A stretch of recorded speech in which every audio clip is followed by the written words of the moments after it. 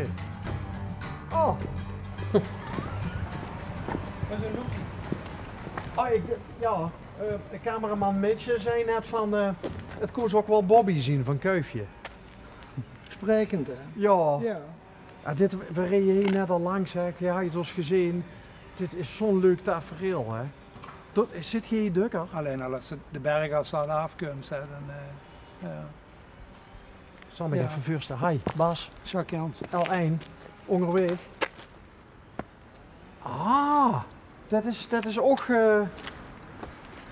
Laissez-faire, café. Ja.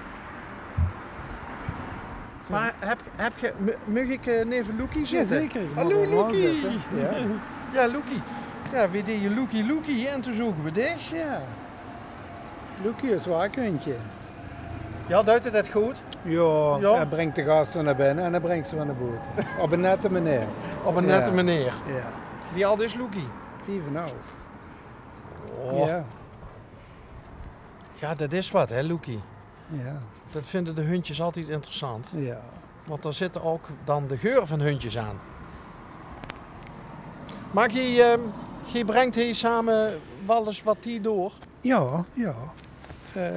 Ja, nu schijnt de zon lekker, eindelijk. Ja. Dus ik ben het vitamine D aan het sprokkelen. En die hebben we ook nodig, hè? Want het is koud tot nu toe, ja. Ja, we hebben onze winkel, dat was het voormalige restaurant. Tot aan corona hebben we omgeboet tot gezellige winkel. Ja. Waarom heb je de pen erin gehouden qua restaurant? Ja, nou, het wordt tweeledig. Taverne Lambique staat voorin, dat is gewoon nogal bekend. Huiskamersfeer, biologische producten, regionale keuken, geen menukaart, staat bij de lui aan tafel. En dan vult ze maar aankomen op zaterdagavond, lepen die gezellig vol, route beslagen de menu genoeg, allemaal de wien op tafel. En door die regelgeving met corona wordt dat allemaal gewoon niet mogelijk. Dus we worden wel extreem uit de bocht gegaan door de omstandigheden. Maar vrouwen gelukkig wel in de winkel erbij. En onze zegeningen tellen daarvoor gezegd van kom, we maken gewoon even alles winkel. Dan hebben we die gekke regelgeving niet. Mondkapje op en al die. En dat liep goed. En we hadden nog 40 tropenjaren erop zitten. Dus we kwamen toen door die omstandigheden nog erachter dat s'avonds vrij best wel lekker was. Dus en dan telt ze die zegeningen. Dat ze toch het omheen hebt. En de winkel leeft ook gelijk goed, moet ik zeggen. Ja, maar er zijn veel mensen die op dat punt zijn aangekomen, net wie jij, die tot inzicht kwamen van het is toch wel lekker om gaat meer rust te hebben. Want je zegt zelf 40 tropenjaren. Ja. Altijd in de horeca gezeten. Ja, maar ook dan is wel een moment dat ze ook die zegeningen telt. Want er zijn natuurlijk ook veel ondernemers die mogelijkheid gewoon niet hebben en moeten doorgaan. Of wie even 7 maanden op de loonlijst hebben staan. Ja. En, dan moeten ze andere keuzes maken. En daar heb ik ook heel veel respect voor. Dus we hebben onze gasten gestuurd en ze hebben hun gasten weer naar onze winkel gestuurd en hebben voor elkaar een leven gehouden. Crisis maakt ook creatief, hè? Nee. En verbindt ook enorm. Ja. Ja, zonder meer. Ja. Hey, en wat heb je in al die 40 jaar dan zo al gedaan in de tropen? Ja, ik heb van alles gedaan. Ik ben 15 jaar chef-kok van een redelijk groot bedrijf geweest in Heerlen. Kom zelf uit de horeca, ben geboren in de horeca. Heb toen wel andere keuzes gemaakt en ben als chef-kok in de gang gegaan. En ben nog 2,5 jaar even bij een groothandel en een kruidenier ben ik nog even op het Zipaad gaan doen. Nou, dat is wel het winkeltje spelen al een beetje in natuurlijk. Hè. Ja. Ja. En het bloedkroop waar niet gaan kan. Dat is toch weer ondernemer, maar vooral lekker koken. Ja. En dit doet je samen met ook wederhelft? Ja, met mijn vrouw Nicole. En Nicole ook in de horeca ontmoet? Ja. Ja, Nicole is ook een horecadeer, een bekkersdochter van Toezoet. Ja. En wat had je vroeger, Toes? Hotelpension in Chenepgeul. Ja. God, dus je liep vroeger al als menke, liep je tussen de gasten door? En... Ja, ik ben er eigenlijk met opgegroeid, ja. Ja, ik weet niet beter. Was het een leuke tijd? Ja, op zich. Heel leuk. Ja, Chenepgeul is sowieso een hele mooie omgeving. En ja, goed. als ze daar zo goed als geboren bent, ben er net niet geboren, maar heel jong gegaan. Dan boet ze dan in vriendenkring op en dan zit ze op de voetbalclub en dan hebben ze een vakgenoten, dan gaan ze samen naar school. En was het in Schin op Geul zelf of in Schoonbron? Nee, het Schin op Geul. Oké, hotelpension. Ja. Bestiert het nog? Nee. Nee? Nee, het staat nu een groot appartementencomplex. Ja. Oh, dus het is helemaal weg? Ja, hotelpension Janse Dormans. Ja. Ja. En dat kwam omdat mijn mam is een kastelijnsdochter. Het schijnt maar door, hè? Met die hadden een gelijn, een café. En samen met de pap nog even. En toen kwamen ze erachter dat heel veel toeristen naar Schin op Geul en Valkenberg trokken.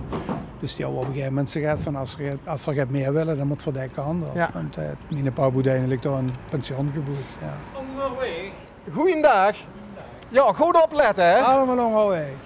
Ja. Niet dat we hier dadelijk de ambulance hebben staan. Ja. Ja. Met alle respect, Huur, maar je ziet van een generatietje nog net even boven mij. Die vraag heb ik eigenlijk altijd al willen stellen aan Emus de Schin op Geul komt. Het nou dat typetje van Wim Zonneveld, Frater Venanties, uit Schin op Geul. Ja. Het dat veel toeristen opgeleverd? Nou, in elk geval wel veel kaal, maar ook wel veel toeristen. Ja, er staat een beeld van hem aan de Grote Weg. Tegenover het café van Henk en Roos. Op de hoek hebben ze zo'n beeld van hem neergezet bij een bankje. En ja, op Frater Venanties is het natuurlijk wel onlosmakelijk verbonden aan Schin op Geul. Ja. Dus er komen bussen vol met Hollengers die kwamen. Som denk ik moest het niet zijn, maar dafjes vol met Hollengers kwamen. Iedereen wordt op zijn eigen manier op een bepaald moment toch wel geïnteresseerd in van wat er de aanleiding voor waren. Ja. Ja, Wim Zonneveld is natuurlijk wel een mooie ambassadeur voor Schin op Geul geweest. Dat bedoel ik. Ja. Hey, ja. Jij zit hier nou lekker in het Sunke. Is Nicole nou in de zaak? Nee, Nicole is gedangen even gaan doen vandaag. Ja. Oké. Ja. Maar we gaan toch even naar binnen, of niet? Ik wil wel even binnenkijken. Ja, daarom. Want laissez-faire is echt typisch wat hij nou dit tafereel is. Hoe meer laissez-faire kan ze het niet krijgen. Nee, prachtig plein gekregen. Ja. Ja, want dit is het ganse dorp wordt gerenoveerd. Wij heb je het al gezien. Ze zijn nu gelukkig alleen maar in het middenstuk. Ze hebben eerst vanuit Simpelveld de Grote Weg en vanuit Gulpen de Grote Weg, zodat de kruispunten weer open zijn. En daar hebben we bewust met de aannemer voor gekozen om dat in... Is dat de plaatselijke taxi-ondernemer? Ja. Geweldig. Ja, schoon hè. Kom, we gaan even binnen. En dan hebben we dus in de rustige maanden gezorgd dat met de aannemer dat die kruispunten weer open gaan. Zodat nu in het voorjaar dat toeristisch verkeer wel normaal kan doorgang vinden. Ja. Kent je trouwens de kok ook met COCK die we in de uitzending hebben gehad? Ja. Heb je daar een uitzending gehad? Ja, een collega van me. En zien, ja? Ja. En deze in de zoen, dus ook kok. Ja, en die had ook kok. Ja, ook kok. Ja. Oh, leuk, dat heb ik gemist. Ja. En dan heb je nog een wienboer hier op de hoek, hè? Aldenborg. Ja, Aldenborg. Nou, nou ben ik beneden. Gaan we naar binnen? Oh, ik dacht dat toch de ingang wordt. Ja, dat is maar een klein winkeltje. Oké. Het is een heel oud pand, uit 1793. Waar alles in heeft gezeten, van slieterie, boerderie, 3 keer restaurant, slechterie. En in dit huisje zitten nog de tegeltjes aan de muur en op de vloer van hoe vroeger een slechterie is geweest. Dat is heel klein, hè? Ja, nou, dat wordt natuurlijk veel groter.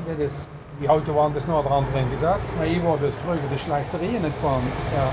We hebben dat allemaal erin gelaten. Ja. Ja, Loekie denkt van, wat blieft genoeg. Hier is het lekker warm. Jemine. Ja, en de vuur kan zussen niet wat erachter zetten. Ja. Als huiskamer, restaurant was dit vroeger. Dat is de bar nog. Hé, maar dat moet, huiskamerrestaurant, dat moet toch wel pijn gedaan hebben. Hè? Ja. Dat die sfeer in één keer weg was. Ja, denk ik ook. Ook omdat we een specifiek concept hadden. Ja. Wat ik zei, ik zong op mijn kaart, ik zat bij de tafel. Vertelde wat ik hou, maak zijn keus. Vertrouwde ze niet, ging ze met naar de keuken, droeg ik die ijskast open. Weet je dat dat een stiekem een droom van mij is? Ja. Om ooit nog een huiskamerrestaurantje te hebben. Ja. Met gewoon één tafel. Ja. En net wat jij zegt, bij jullie aan tafel kon zitten. Ja. Trek ze er nog een extra flesje wien open. Vooral ook het principe van één gezelschap per avond. Nooit een tafel twee keer bezetten. Nu hadden we alle tijd. Gingen zelf de kelder in om de wien op te halen. Ja. Ja. Ja. Ja, mooie tien, ongetwijfeld. Ja, ja. Ja. Ja. Oh. Dus, Ja. dit ziet je eigenlijk. Ja, dat is eigenlijk lambiek. Het beeldje is dus geschonken door een oma met haar kleindochter die een feestje had gehouden, omdat ze 80 wordt. En de kleindochter vond dat zo'n leuk feestje geweest dat ze mij naderhand, dat ze ons naderhand komen bedanken met een lambiekje. De naam lambiek met IECK is eigenlijk verbonden aan een Antwerpse brouwmethode.